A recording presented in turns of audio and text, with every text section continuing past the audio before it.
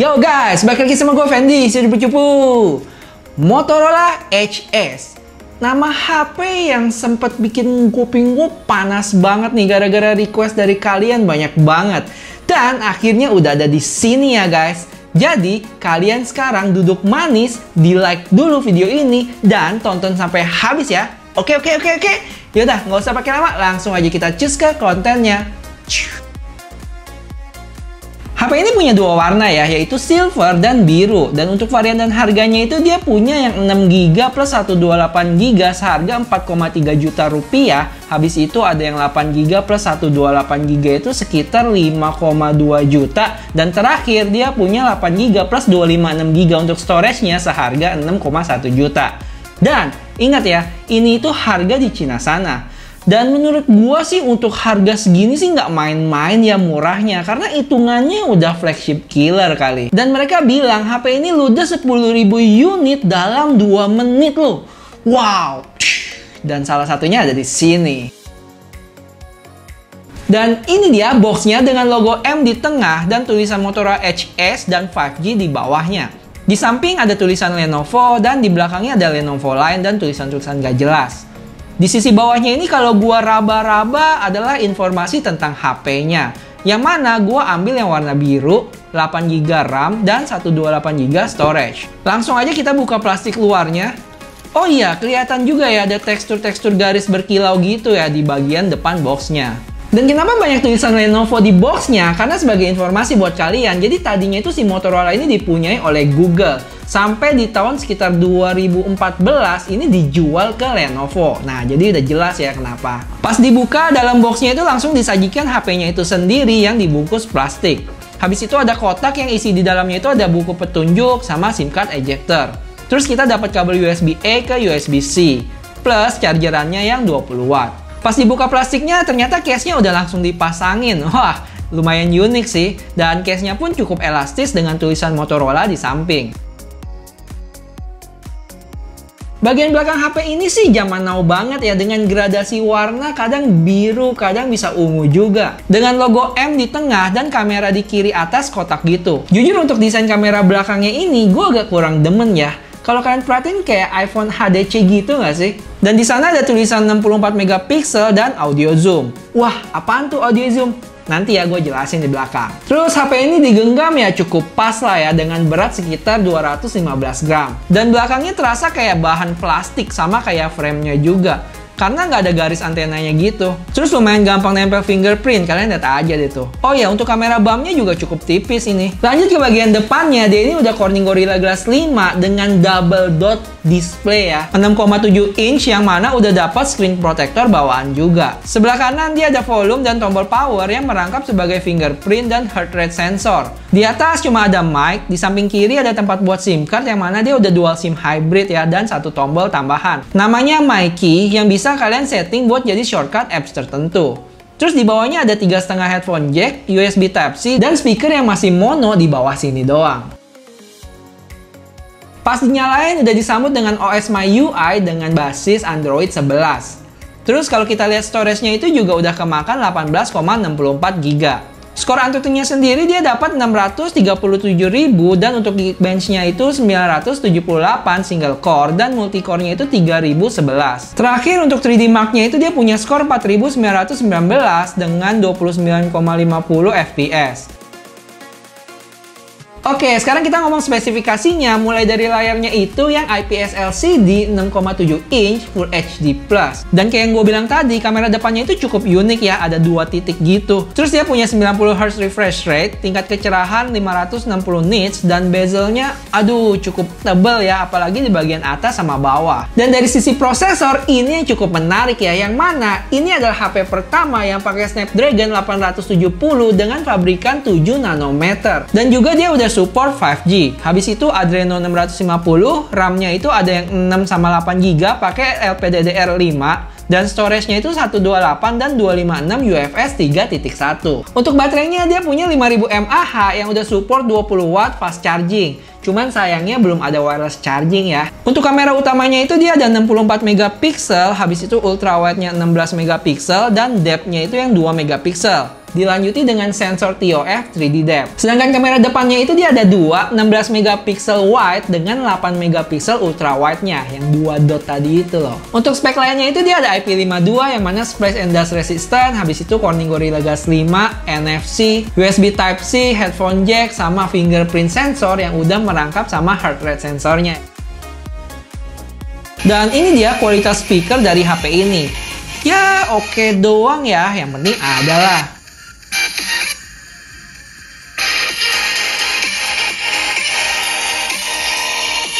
Untuk fingerprintnya nggak terlalu cepet ya, tapi nggak delay-delay banget juga.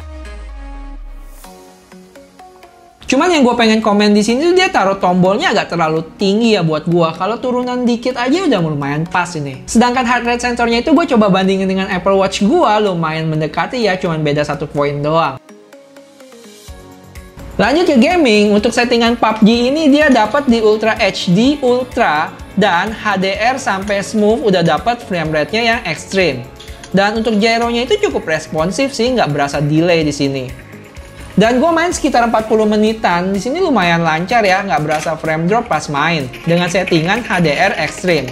Dan baterainya berkurang 25% dengan suhu yang hangat doang.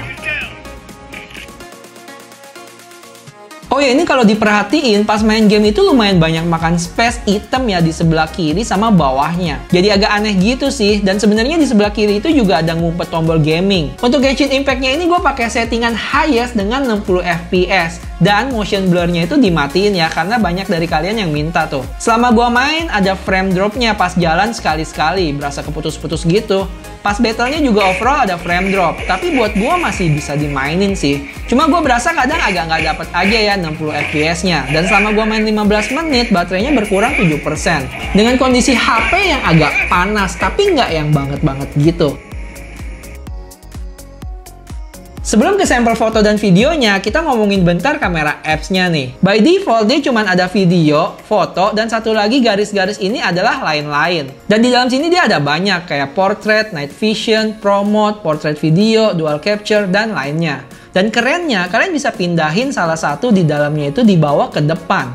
Misalnya gue coba sama promote kayak gini nih. Untuk promote-nya kayak biasa ya, kalian bisa set autofocus, habis itu white balance, ISO, bahkan sampai shoot in RAW juga loh. Untuk resolusi video dia bisa sampai Full HD dan 4K maksimum di 60 fps dan 6K di 30 fps. Dan untuk kamera depannya itu dia ada animasi melingkar ya, tergantung kita pakai lensa wide atau ultra wide. Lumayan menarik sih ini. Yo guys, ini adalah hasil video Full HD 30 fps ya. Gimana? Coba gua lari dikit. Oke, dan ini adalah untuk resolusi 4K-nya 30 fps. Gua coba lari lagi ya.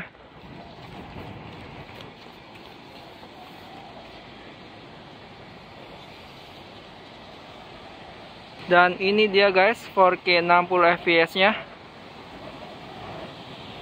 Oke, gua coba lari dikit.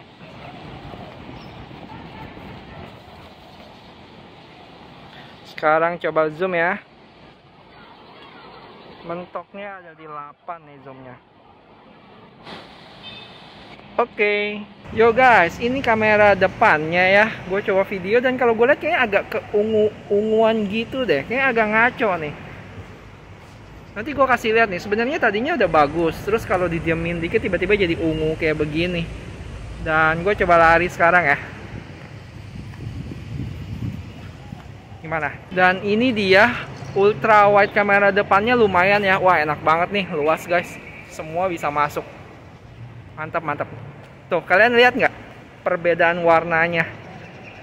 Mungkin semoga bisa di fix di software update-nya ntar ya. Udah, ini dia. Lanjut ke foto.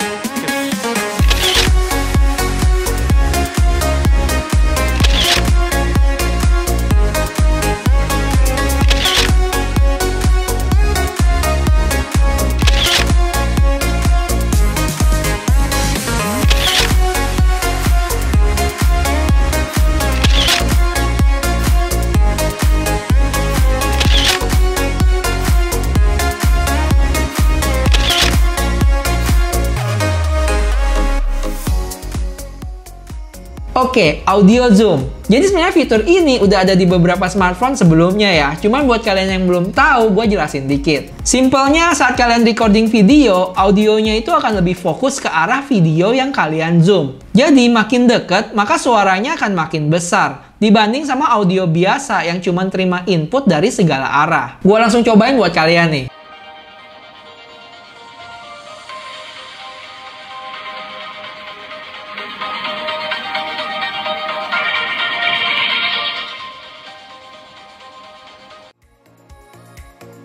Dengan harga mulai dari 4 jutaan rupiah di Cina sana, kalian bisa dapat 5G, layarnya yang 6,7 inch, habis itu Snapdragon 870, apalagi ya? Bentar, gue nyontek dulu.